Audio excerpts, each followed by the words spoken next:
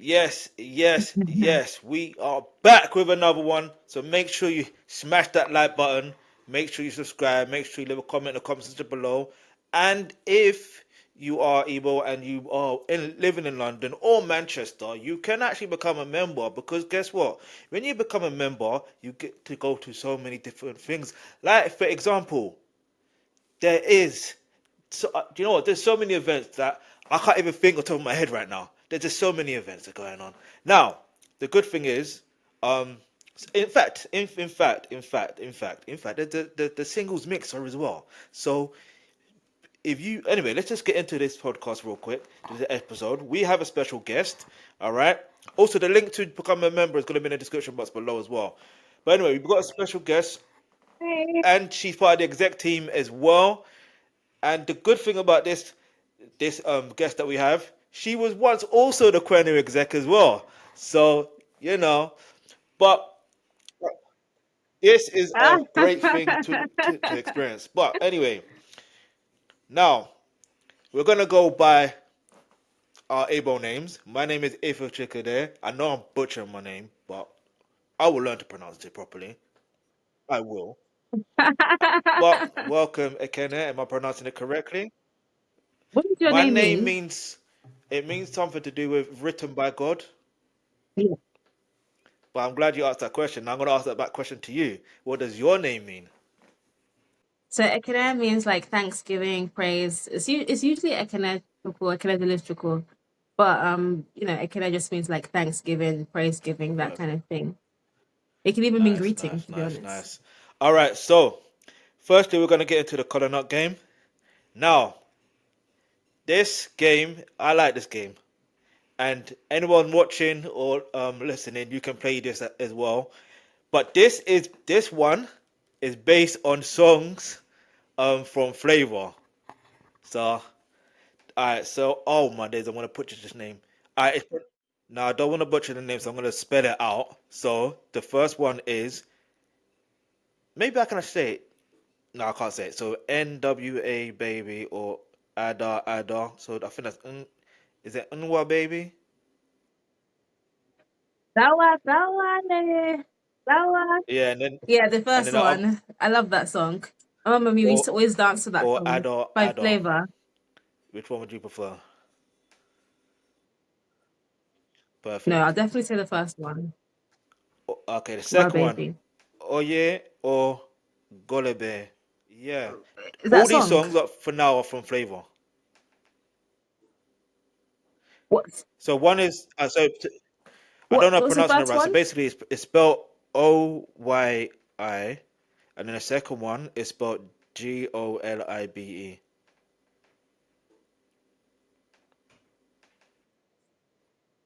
Okay, I'll say Oyi Yeah, because that song I know. It's the one with yeah. Tiwa Savage. That remix All was right. nice. So then we got Chinny Baby or Virtuous Woman. I will say the Chinny Baby. No worries. That's the only one I know. And I have a kind of private joke about that song. So No worries. I will say And that then one. other than that, then Time to Party or Crazy Love.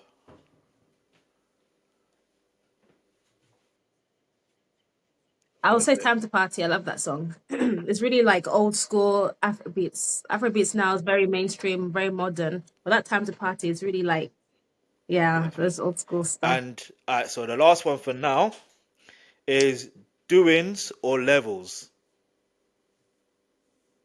So doings or hold on. Okay, yeah.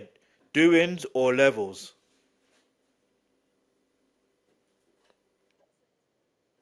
Yeah, I will say Doing. It's really encouraging that song when you hear it. I cool. feel All encouraged. right, so that is the first part of the calling out game. All right, so I hope you like that one. So yeah, so like I said, welcome to the podcast. Um, so you've already mentioned what your name means.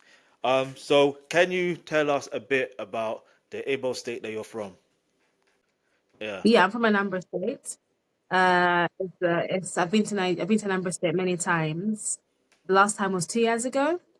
And what about it? It's it's a great state. I think it used to actually Anambra State and Enugu State used to be yeah, one before it broke away. I think. But yeah, Anambra State is a nice place. I feel like the Igbo is very clear and easy to understand, and it has a lot of. One thing about Anambra State, it has a lot of successful people that have come out of the state, like Chimamanda Ngozi, P Square, different footballers like Mikel Obi, like a lot of great people Yeah, have come out of Anambra State. So I'm very proud of that state. It even sounds yeah. nice, Anambra. That's. So yeah. I'm glad you even mentioned Enugu, and you also mentioned Jonathan McCall, but more so with Enugu because basically in the previous episode, like I mentioned, basically I kind of predicted that Enugu Rangers will become champions of the Nigerian Premier League. So congratulations to them. As much as that actually hurts, because I'm an Enyimba FC fan, so it hurts. But they are an Igbo team, so actually it doesn't hurt as much. So yeah, so congratulations to them. Um, but you mentioned about going, you've been back for a while. So speaking of that, suppose we can dive into this now because I want to discuss about a bit later on. But in terms of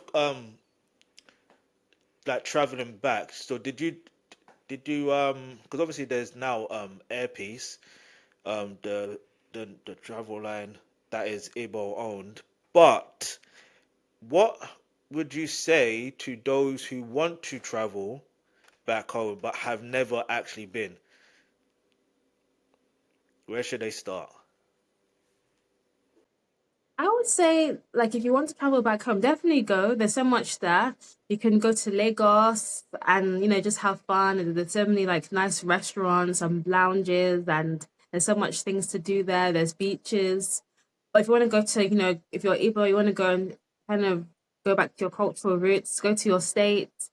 I know there is some insecurity, but to be honest, it's not like don't get like sucked into what you hear in the news. Like I know there's a lot of insecurity, but it's okay. People are there and they're living. Yeah, They're not all dying. So I would say definitely go back. Um, have caution. Like be careful what you eat, who you tell your plans to. But definitely go back. The East. You see so much cultural richness, and it's great. Especially like if you want to go, a good time would yeah, be during Christmas time. A lot of people go during that time. You can see masquerades. You can see like so much festivities, weddings. To December, the festive season is always a good time to go. It's less like during the summer, like our summer, it's quite rainy in Nigeria, raining season. So Hamatan, the festive season, that's a good time to go. So honestly, if you haven't been, definitely go. I'm even planning on going. I might be going perfect. this year as well. So. So speaking of said that you planning to go, um, Mhm. so what would you be traveling Airpiece this time? Wow, I haven't thought that far, but when I went to Nigeria last Yeah, time, I used Airpeace a lot to travel within Nigeria. Like I went to like Abuja or Port Harcourt and or like, Delta State. And I yeah, used Airpeace a lot throughout when I was in Nigeria. And it was such a good experience. They give you like food and drink. Like, in the UK, domestic yeah, flights, they don't give you food and drink, but they give you food and drink. It's very clean, it's very safe. Yeah, like I had a great time with Airpiece, so I yeah. might use Airpiece to be honest. I'm not against it at all. I'm very proud of the Airpiece Igbo owned, you know. Perfect. Because it's just realizing now. Well, not realizing, but it's like when I found out they do direct flights. I'd like from Gatwick to back to Nigeria. I'd like that's perfect. And the funny thing is, it's like when there's some people that have never been like myself. I've never been, unfortunately, but I do plan to go. It's just a case of you know. It's just a case of Really. I always feel like I need to always support our own. So it's just nice to know that that's there now. But this isn't about me. Hmm. This is about you. So let's dive it back a bit. So I mentioned earlier that you were also before the Quenu exec. So but as far as when it comes down to being the exec in general, what has for ICSN like? What has your experiences been like? So what other roles have you taken part in? So do you mean my experience in terms of like Yeah, the roles I've the had roles you've had. or in Yeah, general? Okay, so the roles that I've had, um, so I first started off in 2020. That was I was a culture yeah, exec. I thought it would have been a good fit for me because of the field I was working in. So I was a culture exec and I really enjoyed it. Although I couldn't really do as much as I wanted because of the pandemic. We had just literally started and then we literally went into the COVID pandemic. But it was a good experience being a culture exec. It was my first time. And then the year after, I was a culture exec again. And, I'll say my highlights in that tenure is I did things like I raised, well, I did the campaigning for the charity and helped to raise yeah, over £400, which the money was sent to orphanages and children's homes throughout eastern Nigeria to buy like food stuff and drinks and things like that. And the videos on YouTube, I can even send it to you, where kids are literally praying for yeah. ICSN and stuff like that. And so that was a great feat of mine, or the team really. But that was my department, and I really was passionate about that. And then after that, I was the Quenu exec, and that was good. Making the monthly newsletter. The thing that I enjoyed about it was doing the research to find out about the culture and Yeah. learning more about the culture. So it was good as well. I did struggle a bit because I'm not the most tech savvy, but it was still a great experience and I learned how to use things like MailChimp. But I think the roles that I've really thrived in and really Yeah. enjoyed most is the culture exec. That's what I've been doing. Like I did it last year. And last year I ran the language school and people Yeah. actually learn how to speak Igbo language. Well, not fluently, but at least they come in with nothing, and now they can say basic sentences. So I ran the language school. I supported it with dance school, and I was about to do the cooking school, but unfortunately, the venue cancelled like the week or two before. Um, so yeah, I'm a culture exec, and I'm planning on doing a dance school next month, and towards the end of the year, cooking and language school. So that's the role that I really enjoy, and I think I will apply Oh, to do that next year that's as great. well. That's great. And by the way, I was one of those that went in a language school, so I know some words. So I'm still like trying my best.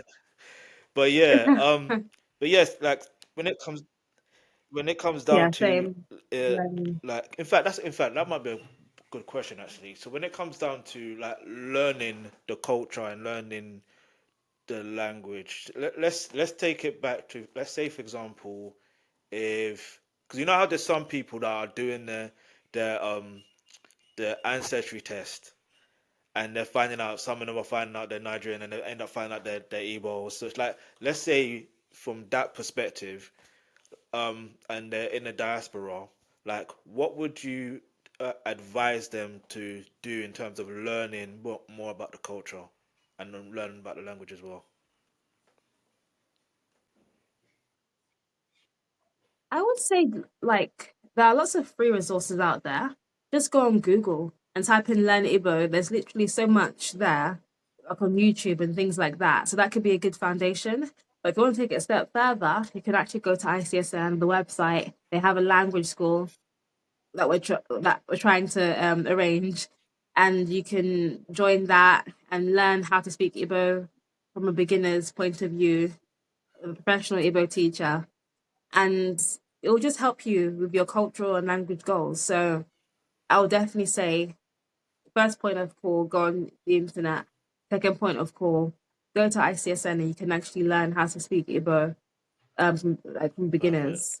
No, So that's great. That's great. And then now, speaking of you know, in terms of the identity as a whole. So you being like as an Igbo woman, like what does it mean to you in today's society? Hmm. as an Igbo woman, um, I would say like I like being Igbo because it's really like I have a lot of cultural. It's really instilled a lot of values within me. So like hard work. Igbo people are known for being hardworking and industrious. So I feel like that reflects in me. Like I work a lot. I literally came back from work this morning. You do mean? So like I work a lot. Because I grew up seeing my parents working hard and my culture, Igbo people working hard, very hardworking. They say that, we like money or whatever, I don't know, but we're definitely very, very hardworking. And that has made me, I think, as a woman in society to be a hardworking woman. Also, things like respect. I believe that I'm a respectful person. Doesn't mean that like you have to take rubbish because Yeah, I don't, but like be respectful. And and I believe that I'm yeah, respectful to people. And that's part of our culture to be respectful. Um and that's how I act in like work with people that are older than me as well. I try to respect other people. So I feel like the cultural stuff that is part of our culture, I take it with yeah. me in my everyday life. So being able woman is being respectful, being hardworking, being strong. Yeah. Perfect. And you know, also, in terms of like literally like being in the diaspora, like how do you manage to, you know, preserve the culture in a sense? I would say like just in everyday small things. Like today, I cooked ogbono soup, and that's like that's a very cultural like food. I could have Yeah, made fish and chips, but make it choosing to learn how to make Igbo foods and cooking it. That's small ways to preserve your culture. When you have children, you teach your children how to make these things, and that's how culture, food goes yeah, continues. Even these things like being part of a community like ICSN. Like remembering that I come from somewhere. Yeah, I was born and grew up here, but there's somewhere that I come from, and these things that we do, the different schools, the language schools, the dance schools, me coming together every month to talk about our culture. This preserves it. And it's very important. Sometimes you think, oh, what's the point? How I'm too busy with work or life. But you have to preserve your culture. Culture is yeah, so important. I was talking to an Igbo guy last night, and he was also saying the same thing, how like, other cultures, they're still progressive, but they don't forget their culture. And that is what is yeah. helping them even. So no matter how Western you are, how much you've lived in the UK, like never forget your culture, where you come from, because that will help you to go far. If you don't know where you're coming Yeah. from, you have to know where you're coming True. from. So So like yeah. speaking of that, so at what age would you say, let's say for example, if like yeah, in fact no, in regard to that, in what age would you say is the right age to teach children their, you know, Igbo culture, especially if they're living in the diaspora, because as we are literally everywhere. Do you mean the language or the Both like culture? both the language and the culture in general. You know what? When it comes to language, because I think like a lot of us, when we were younger, a lot of like people they said, oh, they didn't want to teach their kids the language because they thought that it might stop them from learning English. So I don't know. I would say that but I heard that Yeah, babies are sponges. They can literally learn two languages at the same time and they won't yeah, get confused. Do you know what I mean? So I just feel like at least like from the age of 7, I think a child can start to learn Igbo because by then they've mastered English, and they're still young enough to learn a yeah, language quickly. So, I would say like literally as young as possible to learn the language. But in terms of culture, from birth, small things like, you know, this is call this person auntie or uncles, like showing respect, or like even stuff um like like when I was a child, even though we lived in the UK, every two yeah, years, my parents took us to Nigeria, not just to Lagos. We wasn't in Lagos, but then we also went to the east, our village. And we see stuff like masquerades, during the Christmas time, masquerades. We just spend time with our relatives, our cousins, hearing different Igbo languages, seeing different food, seeing like go to my uncle's garden, you see garden egg and all of these small stuff, you're subconsciously learning the culture. No one sits you down and says, okay, this is garden egg. This is you just learn it by being in the environment. So I would say like the culture can be learned from birth, to be honest. Perfect. And yeah. Now, speaking of culture, we're gonna get back into the back into the coconut game. Mm. So this one now, because see the I thing, really yeah, like this game, by the way. uh, It's really nice. I've seen your you playing it with yeah, other people, and it's really, really nice. I like it. It's very good, good. innovative. I'm gonna ask you about that as well, but now that you answered it, but yeah, so I've watched everyone's podcast and everyone's thank episode. you, It's so appreciate good. it. I was so No nervous, worries, man. honestly, to do this, but I You're feel more welcome. comfortable. All Thank right, you. so because some of the because obviously I don't want to butcher the names. I'm gonna spell out some of them, but I will explain some of them as well. So we got Ominella, and then you got or NK. So basically, traditional customs and practices versus the art and craft of Igbo people. Which aspect of the Igbo culture better showcases the community's heritage?